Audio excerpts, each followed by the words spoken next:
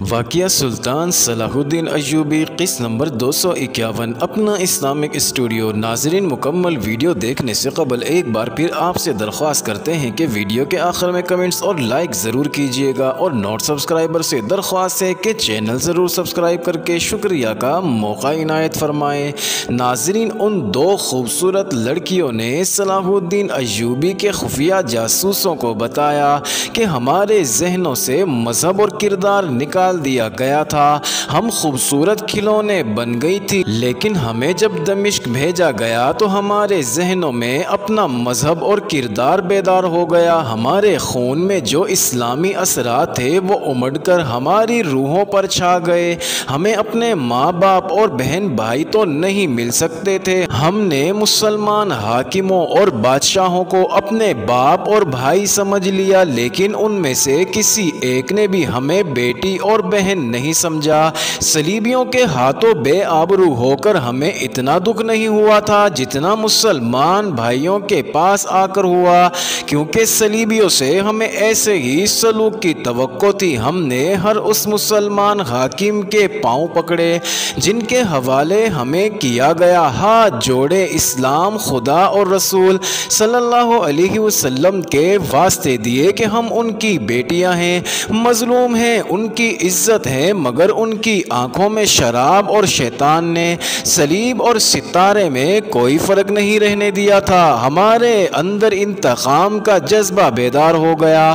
جب سلطان صلاح الدین ایوبی دمشق میں آیا تو ہم بہت خوش ہوئیں، صلیبیوں کے علاقوں میں مسلمان سلطان صلاح الدین ایوبی کی راہ دیکھ رہے ہیں، اسے وہ نائب امام مہدی بھی کہتے ہیں، وہ دمشق میں آیا تو ہم نے تہیا کر لیا کہ اس کے پاس چلی جائیں گی اور اسے کہیں گی کہ ہمیں اپنی فوج میں رکھ لے اور کوئی سا کام ہمیں دے دے، مگر ہمیں وہاں سے زبردستی بھگا کر حلب لے آئے، اب انہوں نے ہمیں آپ کے پاس بھیج دیا ہے، ہم آپ سے بھی توقع نہیں رکھتی کہ آپ ہمیں بیٹیاں سمجھیں گے، ہم اتنا ضرور کہیں گی کہ ہماری عصمت تو ہمارے ہاتھ سے نکل گئی ہے، اسلام ہاتھ سے نہ جائے، ہم صلیبیوں کی ہاں رہیں تو وہاں بھی سلطان صلاح الدین ایوبی اور اسلام کے خلاف منصوبے بنتے دیکھے، مسلمانوں کے پاس رہیں تو وہاں بھی سلطان صلاح الدین ایوبی کے خلاف ہی باتیں سنی، آپ ہمیں آزمائے، ہم نے سنا ہے کہ صلیبی لڑکیاں یہاں جاسوسی کے لیے آتی ہیں، آپ ہمیں اسلام کے دفاع اور فروغ کے لیے اور صلیبیوں کی شکست کے لیے کچھ کرنے کا موقع دیں۔ ناظرین، ان لڑکیوں کی یہ رویداد ایسی تھی جس نے شمس الدین اور شاد بخت کو شدید جذباتی جھٹکا دیا، انہوں نے لڑکیوں سے کہا کہ انہیں اب کسی عیش پرست حکمران کے حوالے نہیں کیا جائے گا۔ ناظرین، وہ باتیں کر ہی رہے تھے کہ باڈی گارڈز نے اندر آ کر انہیں اطلاع دی کہ قاضی صاحب آئے ہیں، دونوں بھائی ملاقات والے کمرے میں چلے گئے، وہاں حران کا قاضی ابن الخاشب ابو الفضل بیٹھا تھا، وہ ادھیڑ عمر آدمی تھا، اس نے کہا سنا ہے حلب سے ایلچی آیا ہے اور پیغام کے ساتھ تحفے بھی لایا ہے۔ ہاں، شاد بخت نے کہا، قلعہ دار سوئے ہوئے ہیں، میں نے ایلچی کو اپنے پاس روک لیا ہے، میں وہ دو تحفے دیکھنے آیا ہوں۔ ابن الخاشب نے آنکھ مار کر کہا، ان کی ایک جھلک دکھا دو۔ ناظرین، دونوں بھائی جانتے تھے کہ یہ قاضی کسی قماش کا گندہ ترین انسان ہے، وہ گمشتگین پر چھایا ہوا تھا۔ شمس الدین نے دونوں لڑکیوں کو اس کمرے میں بلایا، قاضی نے انہیں دیکھا تو اس کی آنکھیں پھٹنے لگی، اس کے منہ سے حیرت زدہ سرگوشی نکلی، آفرین، ایسا حسن۔ ناظرین، شمس الدین نے لڑکیوں کو دوسرے کمرے میں بھیج دیا، قاضی نے کہا انہیں میرے حوالے کر دو، میں خود قلعہ دار کے سامنے لے جاؤں گا۔ ناظرین، اس کی آنکھوں سے شیطان جھانک رہا تھا، آپ قاضی ہیں؟ شمس الدین نے اسے کہا، قوم کی نظروں میں آپ کا مقام گمشتگین سے زیادہ بلند ہے، آپ کے ہاتھ میں عدل اور انصاف ہے۔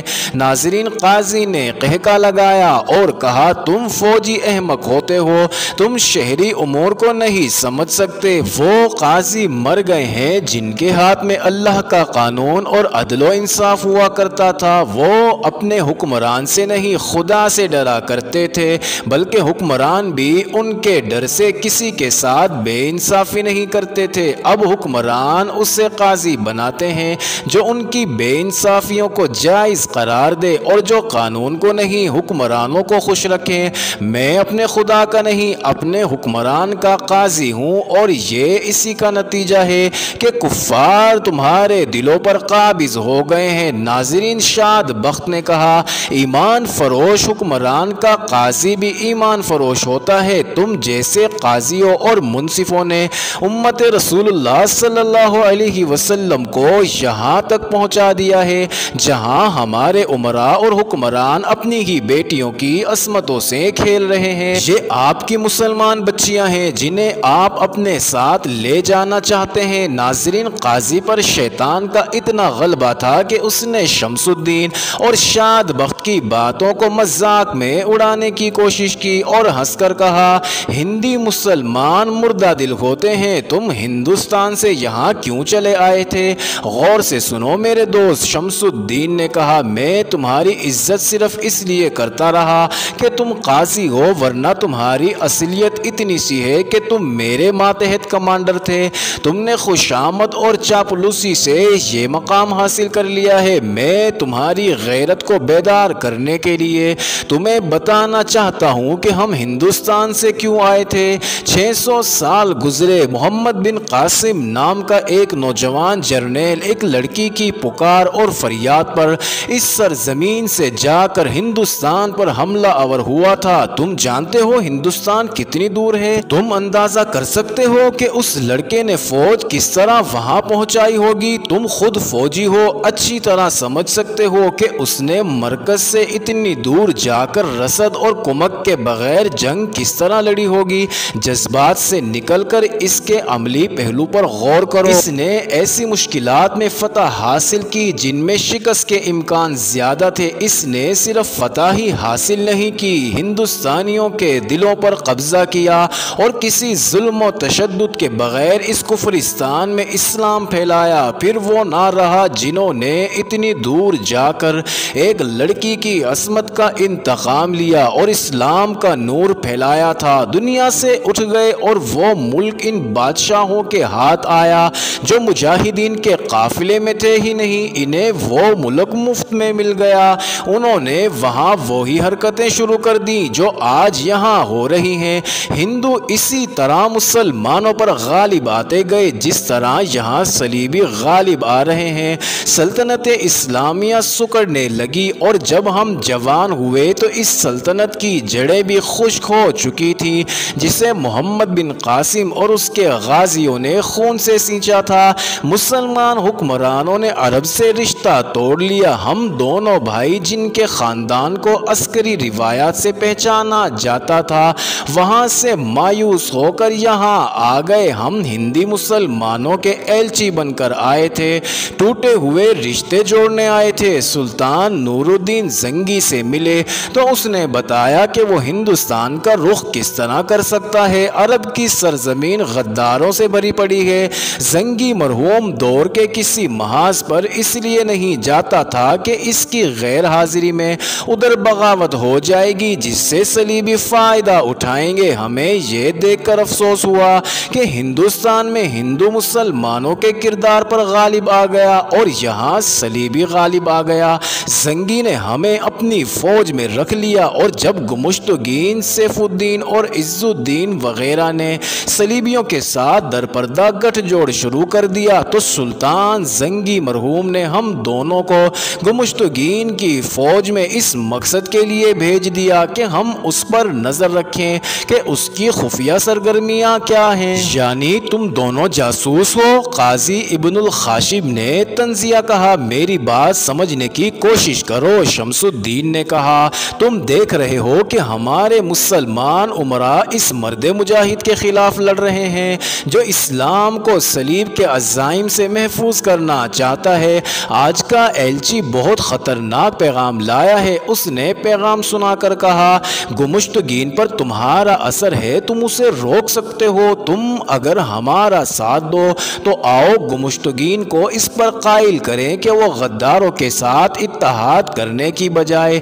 سلطان صلاح الدین ایوبی کے ساتھ مل جائے، ورنہ ورنہ اسے ایسی شکست ہوگی جو اسے ساری عمر قید خانے میں بند رکھے گی۔ اس سے پہلے میں تم دونوں کو قید خانے میں بند کرواتا ہوں۔ ابن الخاشب نے کہا دونوں لڑکیاں میرے حوالے کر دو۔ وہ اٹھ کر اس کمرے کی طرف جانے لگا جس میں لڑکیاں تھیں۔ ناظرین، شاد بخت نے اسے بازو سے پکڑ کر پیچھے کیا۔ اس نے شاد بخت کو دھکا دیا۔ شاد بخت نے اسے منہ پر اتنی زور سے گھونسا مارا کہ وہ پیچھے کو گر پڑا۔ شمس الدین وہاں کھڑا تھا۔ اس نے اپنا ایک پاؤں اس کی شہرک پر رکھ کر دبایا اور ایسا دبایا کہ تڑپ کر بے حس ہو گیا۔ ناظرین، جب غور سے دیکھا تو وہ مر چکا تھا۔ ان بھائیوں کا ارادہ قتل کا تھا یا نہیں، لیکن وہ مر گیا۔ انہوں نے سوچا کہ اب پکڑے تو جانا ہی ہے۔ انہوں نے اپنے دونوں اردلیوں کو تلواریں اور تیر و کمان دے کر دوسرے گھوڑوں پر سوار ہونے کو کہا۔ وہ اور شاد بخت ان کے ساتھ گئے اور قلعے کا دروازہ کھلوا کر ان چاروں کو بھاگ جانے کو کہا۔ انہیں انہوں نے یہ ہدایت دی تھی کہ سلطان صلاح الدین ایوبی کی فوج تک پہنچ جائیں۔ انہوں نے ان اردلیوں کو تفصیل سے بتا دیا تھا کہ گمشتگین کا منصوبہ کیا ہے۔ ناظرین، چاروں گھوڑے باہر نکلتے ہی سرپٹ دوڑ پڑے۔ دونوں بھائیوں کو بھی نکل جانا چاہیے تھا، معلوم نہیں کیا سوچ کر وہ واپس آئے۔ ناظرین، گمشتگین جاگ کر آ چکا تھا۔ اس نے ایلچی کو دیکھا تو اس نے پوچھا کہ وہ کون ہے اور کہاں سے آیا ہے۔ اس نے بتا دیا، مگر وہاں لڑکیاں نہیں تھی جو وہ تحفے کے طور پر لایا تھا۔ ناظرین، شمس الدین اور شاد بخت نے کہا کہ لڑکیاں جا چکی ہیں کیونکہ مسلمان تھی۔ ہم نے انہیں وہاں بھیج دیا ہے جہاں ان کی عزت محفوظ رہے گی۔ انہوں نے یہ بھی بتا دیا کہ قاضی کی لاش اندر پڑی ہے۔ گمشتگین نے لاش دیکھی۔ ناظرین، ایلچی دوسرے کمرے میں ان دونوں بھائیوں کی وہ باتیں سن رہا تھا جو قاضی ابن الخاشب سے کر رہے تھے۔ ناظرین، گمشتگین جل اٹھا۔ اس نے سالار شمس الدین اور سالار شاد بخت علی کو قید خانے میں ڈال دیا۔ حران کے قلعے سے دو چار گھڑ سوار سرپٹ گھوڑے دوڑاتے نہایت قیمتی راز سلطان صلاح الدین ایوبی کے لیے لے جا رہے تھے، اور اس وقت الرستان کی پہاڑیوں میں سلطان صلاح الدین ایوبی حسن بن عبداللہ سے پوچھ رہا تھا کہ ان دونوں بھائیوں کی طرف سے کوئی اطلاع نہیں آئی کیا؟ معزز ناظرین، یہ انٹرسٹنگ ویڈیو جاری ہے۔ اگلی ویڈیو قسط نمبر 252 میں دیکھنا مت بھولیے گا۔